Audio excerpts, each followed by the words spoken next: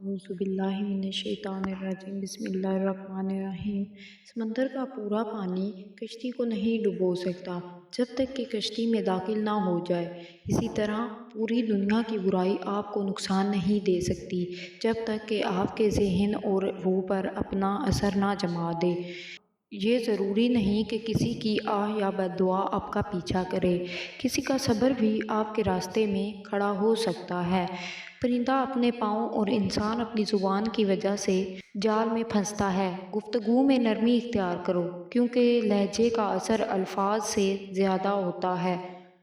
کسی کو ذلیل کرنے سے پہلے خود ذلیل ہونے کے لیے تیار رہیں کیونکہ اللہ تعالیٰ کا ترازو صرف انصاف تولتا ہے۔ دوسروں کو گرانے کے چکر میں لوگ آخرکار خود ہی گر جاتے ہیں لیکن سبق پھر بھی حاصل نہیں کرتے۔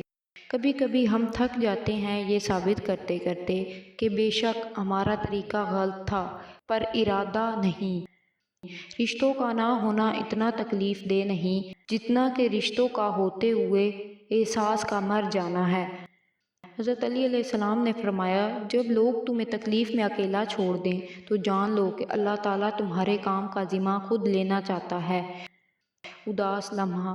زندگی کا سب سے اداس لمحہ وہ ہوتا ہے جب کسی ایسے شخص کو اللہ حافظ کہنا پڑے جس کے ساتھ آپ زندگی گزارنا چاہتے ہو۔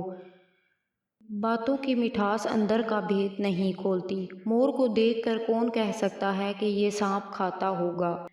جو انسان ہر وقت سب کی خوشی چاہتا ہے، سب کے بارے میں اچھا سوچتا ہے، سب کا خیال رکھتا ہے، وہی انسان زندگی میں ہمیشہ سب سے اکیلا رہ جاتا ہے۔